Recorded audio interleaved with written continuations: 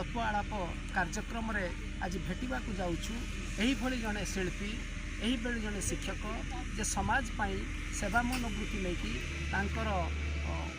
सर्जनशीलता को लोकों पाखे पहुँचाइबार प्रयास जारी से व्यक्ति जन कहते श्रीजुक्त निरंजन खुंटिया। श्रीजुक्त निरंजन खुंटिया नीलगिरी अंचलर अयोध्या भली एक आदिवासी अध्युषित ग्राम 1947 मसीह जन्मग्रहण करती एवं तत्परवर्ती समय शिक्षकता को वृत्ति भाव में आपणे नियंती किंतु बण पहाड़ घेरा जंगल भितर रही से आदिवासी जीवनचर्यार प्रेम रे पड़ जाती एवं परवर्ती समय अरविंद दर्शन द्वारा अनुप्राणित होई एवं प्रोफेसर चित्तरंजन दासों द्वारा अनुप्राणित होई आमर अरविंद इंटीग्राल एजुकेशन ताहारी माध्यम अरविंद योगाश्रम प्रतिष्ठा करी आदिवासी अंचल आदिवासी छात्र छात्री मानू शिक्षा प्रदान में ब्रती हुए से ही जड़े व्यक्ति जी कि केवल शिक्षकता करना बण पहाड़ मूलक जीवनर कौलिक वृत्ति करुवा बंचुवा आदिवासी मानकर जीवनचर्या को से काठ पथर देहरे रूपायित कर जंगलर लटा बण पहाड़र बाउंश पत्र से भितर से भरी देइछंती जीवनर अनुरागपण। आसंतु आज से ही जड़े व्यक्तित्व को आम स्वागत करवा। नमस्कार निरंजन भाई, आज आमर व्यासदर्शन तरफ आपण को स्वागत करुच्ची। नमस्कार। आम तो आपण विषय अनेक कथा जानिछु जे आपण जड़े शिक्षक भाव में आपणकर वृत्ति आरंभ करथिले किंतु आदिवासी इलाकार रही आदिवासी जीवनचर्या को निज भल पाइबा भितर परसी देइचंती अन्य मानक पाई। आमे जेते बेले एक संध्यारे आपणकर से अरविंद योगाश्रम आम पहुँची थिलु आपण मग्न थिले ए काठ बाउंसरे एक प्रतिकृति गुड़िक तैयारी करिबारे। प्रकृति आपण जो बणमूल करू बाउंस काठ सब संग्रह करी एई भली सब प्रतिकृति तैयारी करिसंती ता पछरे कौन रही रहस्य कहार प्रेरणा रे आपण एई भली प्रतिकृति सब तैयारी करिसंती। प्रथम कथा मनुष्य माने भल लागे किए धनी किए किए उच्च वर्णर किए नीच वर्ण भल लागे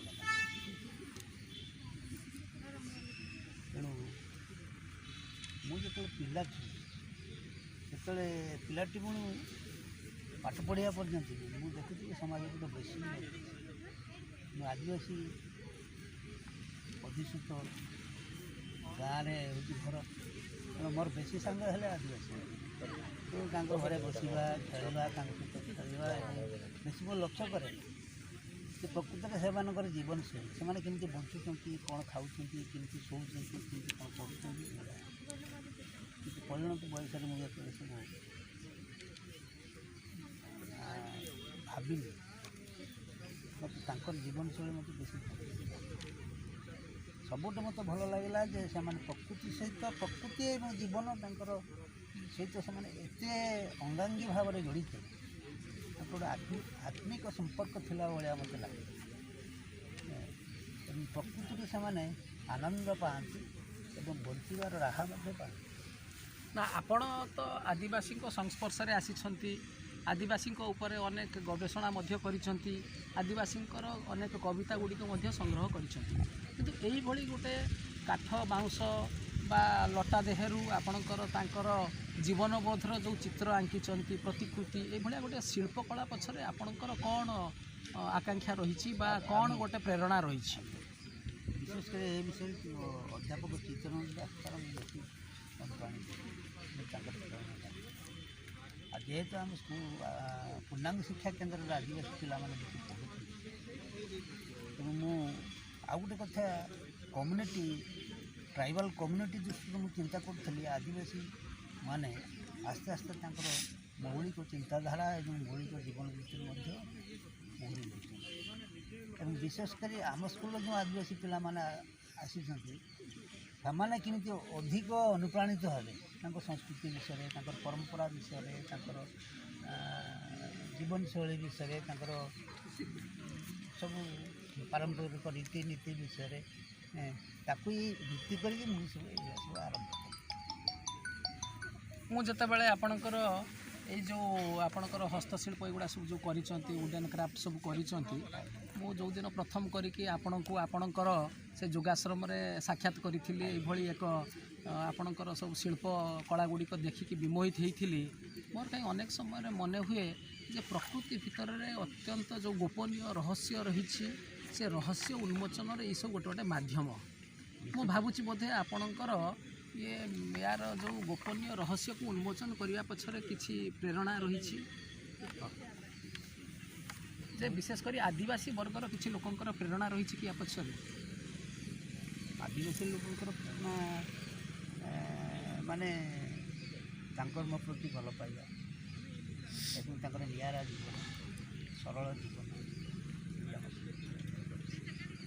ଆପଣ କେଉଁ କେଉଁ ପ୍ରକାରର ଏଇ ମୂର୍ତ୍ତି ଗୁଡ଼ିକ ବିଷୟବସ୍ତୁ ଚୟନ କରନ୍ତି କେଉଁ ପ୍ରକାର ଚୟନକୁ ନେଇକି ବିଶେଷ କରି କରିଛନ୍ତି ସବୁ ବିଶେଷ କରି ପ୍ରଥମ କଥା ହେଉଛି ତାଙ୍କର ଜୀବନ ଭିତ୍ତିକ ଜୀବନଚର୍ଯ୍ୟାର କଥାକୁ ସେଥିରେ ରୂପାୟିତ କରିଛନ୍ତି ସେଇଟା ବେଶୀ ଯେମିତି ତାଙ୍କର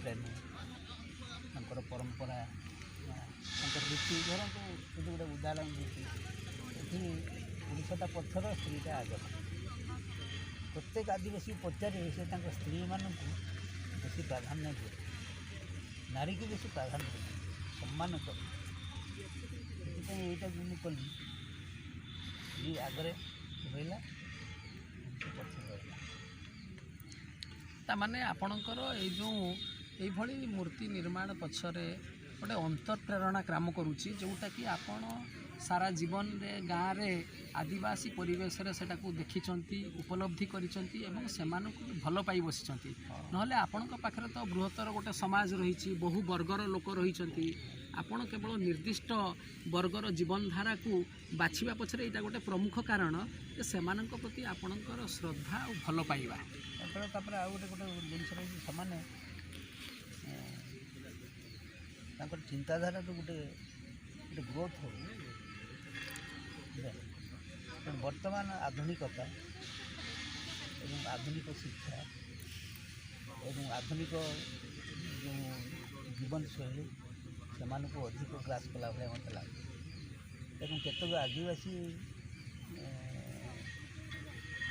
ଲୋକ ବି ଅଧିକ ଶିକ୍ଷିତ ହେଲା ଭଳିଆ କେହି ଯଦି ଥିବେ ଖରାପ ଭାବିବେ ସେମାନେ ଆଦିବାସୀମାନଙ୍କୁ ଭଲ ପାଆନ୍ତି ଏଇଟା ବି ଗୋଟେ କାରଣ ନିଜେ ଜଣେ ଆଦିବାସୀ କିନ୍ତୁ ନିଜ ଆଦିବାସୀ ସଂସ୍କୃତିକୁ ସେ ପସନ୍ଦ କରୁନାହାନ୍ତି କିନ୍ତୁ ପ୍ରକୃତରେ ଦେଖିବାକୁ ଗଲେ ଯେ ଆଦିବାସୀର ଜୀବନଶୈଳୀ ଭିତରେ ଅନେକ ମାନେ ସେଠି କ'ଣ କହିବା ସହଜ ସ୍ୱଚ୍ଛନ୍ଦ ଏବଂ ସାବଲୀଳ ଜୀବନଧାରା ହିଁ ରହିଛି ସେଥିପାଇଁ ମୁଁ ବେଳେବେଳେ ଚିନ୍ତା କରେ ସେମାନେ ଏକାଧାରରେ କବି ଏକାଧାରରେ ଜଣେ ଦାର୍ଶନିକ ଏବଂ ଏକାଧାରରେ ଜଣେ ଭାବକ ଆଚ୍ଛା ମୁଁ ଏମିତି ଆପଣଙ୍କ ସହିତ ଥରେ ପୂର୍ବରୁ ଆଲୋଚନା କରୁଥିଲି ଆପଣ ସେଠି ଆପଣଙ୍କର ମତ ରଖିଥିଲେ ଯେ କୋଭିଡ଼ କାଳରେ ଯେତେବେଳେ ଛାତ୍ରାବାସରୁ ପିଲାମାନେ ସବୁ ଗଲେ ସେଇ ଯେଉଁ ନିଃସଙ୍ଗ ସମୟଟା ଆପଣ କଟେଇବା ପାଇଁକି ଆମର ବହୁତ ଦିନର ଆପଣଙ୍କର ସ୍ୱପ୍ନ ଆଉ ଅଭିଳାଷ ଥିଲା এইভাবে মূর্তিকে রূপায়িত করা পাই ହଁ ସେଇଟା ଗୋଟେ ସୁଯୋଗ ବି ମୋତେ ସେଇ ସମୟରେ ଗୋଟେ ମିଳିଲା ସେ ସୁଯୋଗ ଦେଖିଛି ଆମ ଘର ସ୍କୁଲ ଘର ପଛପଟେ ଗୋଟେ ବରକୋଳି ଗଛ ଥିଲା ଏବଂ ସେଠି ଘର ଛାତ ଉପରେ ବରକୋଳି ଗଛର ଡାଳ ଗୁଡ଼ା ପଡ଼ିକି ସବୁ ନଷ୍ଟ ହେବା ଛାତ ଗୁଡ଼ା ନଷ୍ଟ ହେଇଯାଉଥିଲା ଏବଂ ରାତିରେ ଭାଲୁ ପ୍ରବଳ ଆସୁଥିଲା ବୁଝିଲେ ଆଉ ମୁଁ ଏଇଟା ବଡ଼ ବିପଦର କଥା ତେଣୁ ସେ ଗଛଟା ଯେତେବେଳେ କାଟିଦେଲେ ମୋ ଇଚ୍ଛା ବିରୁଦ୍ଧରେ ସେଇଟା କଟାଗଲା ମାନେ ଗଛଟା ଜୀବନ୍ତ ଭାବରେ ଆମେ ଦେଖୁଥିଲୁ କିନ୍ତୁ ଗଛଟା କଟା ହେଲା ପରେ ତଥାପି ତାକୁ ଆମେ କେମିତି ମୁଁ ଜୀବନ୍ତ କରିକି ରଖିବି ସେଥିପାଇଁ ସେଇ ବରକୋଳି ଗଛ ଗୁଡ଼ା ଯେତେ ଦେଖୁଛନ୍ତି ବେଶୀ ହେଉଛି ବରକୋଳି ଗଛର କାଠ ଅଛି ମୁଁ ଯେତେବେଳେ ସେଇ ଏଇ ମୂର୍ତ୍ତି ଗୁଡ଼ାକୁ ଦେଖୁଛି ସେ ବରକୋଳି ଗଛ ହିଁ ଦେଖୁଛି ଅତି ଚମତ୍କାର କଥା କହିଲେ ଆପଣ ଆଚ୍ଛା ଆପଣ ଯେତିକି ସବୁ ଆପଣଙ୍କର ଏଇ ଯେଉଁ ର ମେଟେରିଆଲ୍ ସବୁ ବ୍ୟବହାର କରିଛନ୍ତି ଏଇଟା କେଉଁଠୁ ଆପଣ ସଂଗ୍ରହ କରନ୍ତି ସେଇଟା ସେଇ କିଏ ଦେଖନ୍ତି ଧରନ୍ତୁ କିଏ ଗୋଟେ ଗଛଟା ହାଣିଲା ତାର ଡାଳଟେ ଥିବ ଡାଳଟା ମୁଁ ସେଇଟା ଗୋଡ଼ ହେବ ସେଇଟା ହାତ ହେବ ଧରନ୍ତୁ ଗଛଟା କାଟିଲେ ମୁଁ ତାକୁ ଏଇଟା ଚକି କରିକି କାଟେ ସେଇଟା ଚକି ଗୁଡ଼ା ମୁଣ୍ଡ ହେବ ଗୋଟେ ବେସ୍ ହେବ ଯେଉଁଟା ମୁଁ ଦେଖେ ଯେଉଁଟାକି ରିଜେକ୍ଟ କଥା ରିଜେକ୍ଟ କାଠ ଯେଉଁଟାକି ଜାଳେଣୀ ଭଳିଆ ବ୍ୟବହାର ହେବା କଥା। ବ୍ୟବହାର ହେବା କଥା। ଆପଣ ତାକୁ କଳାତ୍ମକତାରେ ତାକୁ ଆଣିକି ତାକୁ ଗୋଟେ କଳାତ୍ମକ ରୂପ ମୁଁ ଦେବେ। ଏତିକି କଥା ଭାବେ ଯେ ପ୍ରକୃତରେ ମଣିଷ ଯଦି ଚାହିଁବ ତାହାର ସୃଜନଶୀଳ ଦୃଷ୍ଟି ଏବଂ ବିଚାରରେ ଯେଟାକୁ ଅନ୍ୟମାନଙ୍କ ଦୃଷ୍ଟିରେ ଯେଟା ହେଉଛି ଅଦରକାରୀ ଏବଂ ସେଇଟା ତା ପାଇଁ ବହୁତ ମୂଲ୍ୟବାନ। ଆଚ୍ଛା, ଆପଣ ତ କେବଳ ଏଇ ଶିଳ୍ପକଳାରେ ନିପୁଣ ନୁହନ୍ତି, ଆଉ ଅନେକ ସମୟରେ ଆପଣ ଅନେକ କବିତା ବି ଲେଖିଛନ୍ତି। ଆଉ ଆପଣଙ୍କର ବିଶେଷ କରି ମୁଁ କବିତା କେତେ ପଢ଼ିଛି, ଆପଣଙ୍କର ଗୋଟେ କବିତା ସଂକଳନଟେ ରହିଛି।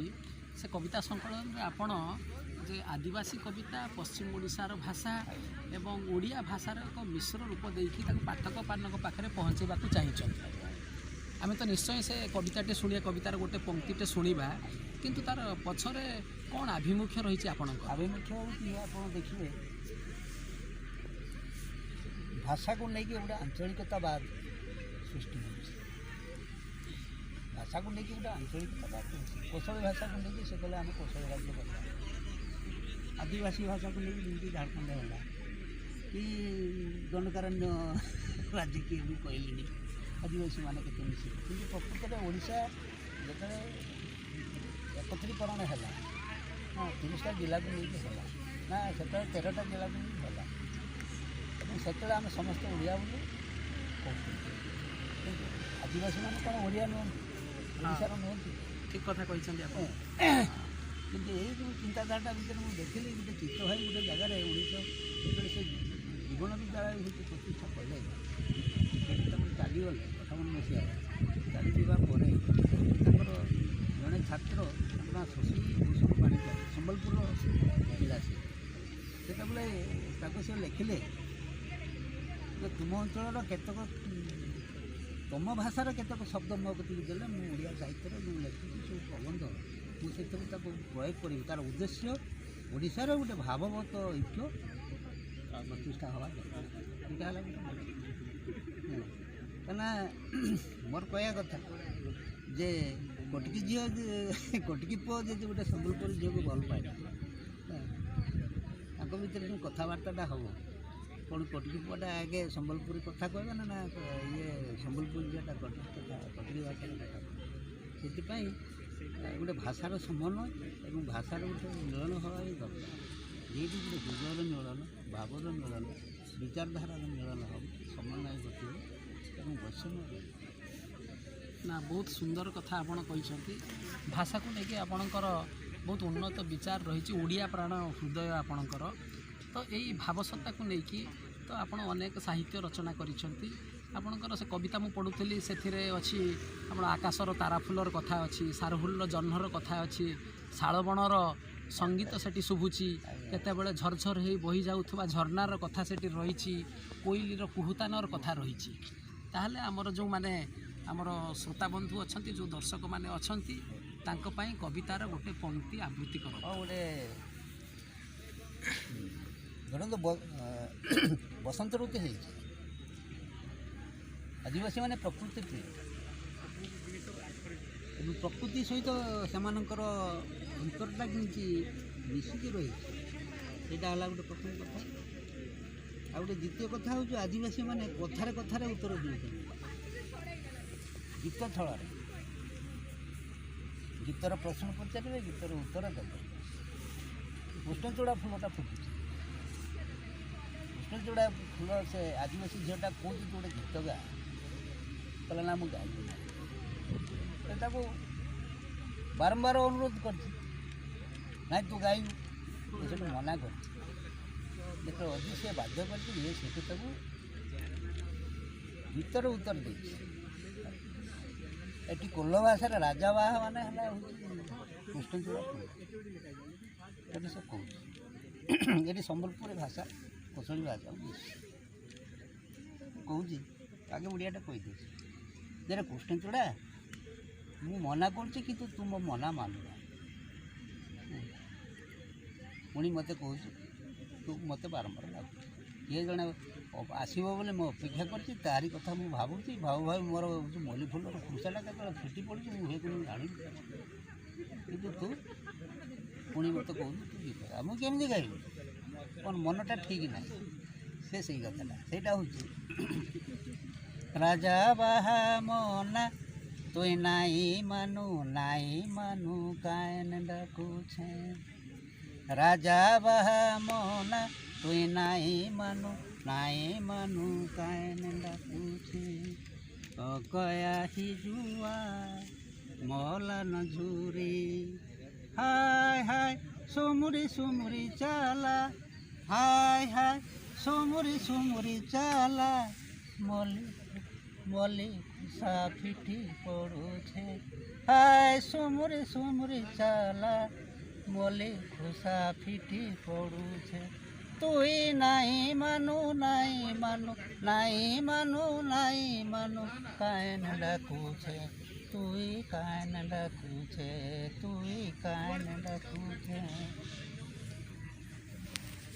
ଆପଣଙ୍କୁ ବହୁତ ବହୁତ ଧନ୍ୟବାଦ ମୁଁ ଜଣାଉଛି। ଆଚ୍ଛା, ମୁଁ କେବଳ ଆପଣଙ୍କୁ ଗୋଟେ ଶେଷ ପ୍ରଶ୍ନ ପଚାରିବି। ଆଜି ତ ବିଶ୍ୱବିଦ୍ୟାଳୟ ତରଫରୁ ଏକ ବହୁତ ବଡ଼ କାର୍ଯ୍ୟକ୍ରମର ଆୟୋଜନ ହେଇଛି। ପରିବେଶ କଂଗ୍ରେସର ତାଙ୍କର ବାର୍ଷିକ ଅଧିବେଶନ ହେଉଛି, ଆଉ ଆପଣଙ୍କୁ ଆମନ୍ତ୍ରଣ କରାଯାଇଛି ବିଶ୍ୱବିଦ୍ୟାଳୟ ତରଫରୁ, କୁଳପତିଙ୍କ ତରଫରୁ।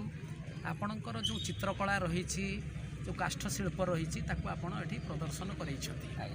ଅନେକ ପିଲା ଆସୁଛନ୍ତି ଏଠି ସେଲ୍ଫି ଫଟୋ ନେଉଛନ୍ତି, ଅନେକ ଫଟୋ ଉତ୍ତୋଳିତ ହେଉଛି। ଆପଣ ସେ ସମ୍ପର୍କରେ କ'ଣ କହିବେ? ଆପଣଙ୍କୁ କେମିତି ଲାଗିଛି, କ'ଣ କରିଛି, ସେ ସମ୍ପର୍କରେ କିଛି ମତ ରଖିବେ ଆପଣ? ଗୋଟେ କଥା ହେଉଛି ଯେ ଏଇଟା ଏମିତି ଗୋଟେ କିଛି କରିବା ପାଇଁ ବା କିଛି ଗୋଟେ ହେବା ପାଇଁ ବା ପୁରସ୍କୃତ ହେବା ପାଇଁ ବା କିଛି ପ୍ରଶଂସା କରିବା ପାଇଁ ଏଇଟା ମୁଁ କରିବାକୁ ଉଦ୍ଦେଶ୍ୟ ନଥିଲା। ମୁଁ ଯେଉଁ ପିଲାମାନଙ୍କ ଗହଣରେ ଥିଲି,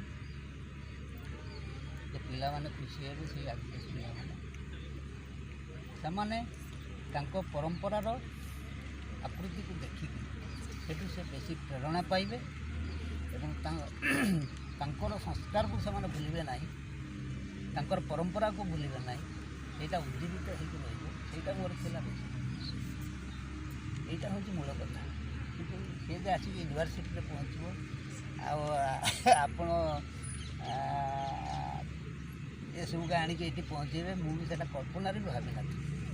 ଆଉ ବିଶେଷ କରି ଚିତ୍ତ ଭାଇ ଆମର ଯିଏ ପୁରସ୍କାର, ସମ୍ମାନ, ସମ୍ବର୍ଦ୍ଧନା, ଏଗୁଡ଼ା ଆମେ କେବେ କଳ୍ପନାରେ ଭାବୁନା।